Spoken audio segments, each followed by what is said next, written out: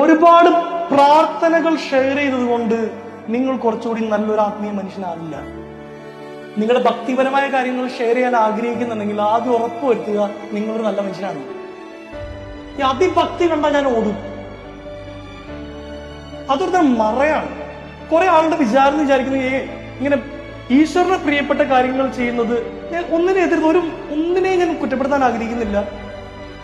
Of course നിങ്ങൾ പ്രാർത്ഥിച്ചോളൂ, ചേർന്ന് നിന്നോളൂ. പക്ഷെ ആസ് എ ഹ്യൂമൻ നിങ്ങൾ ആരാണ്? ഒരു മനുഷ്യൻ എന്ന രീതിയിൽ ഇപ്പൊ ഇവിടെയുള്ള ഒരു ചേട്ടൻ, നിങ്ങൾ ആരും ഒരു കുടുംബത്തേക്ക് കടന്നു വരുമ്പോ അദ്ദേഹം വന്നല്ലോ, ഒരു സമാധാനമായി എന്നാണോ, oh my God let's escape എന്നല്ല പറയണ്ടാവാ.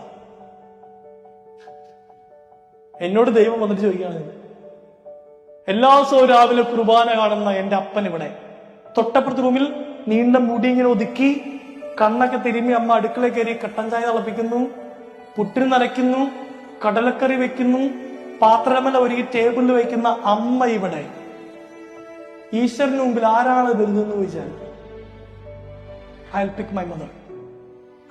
പിക്ക് മൈ മദർ.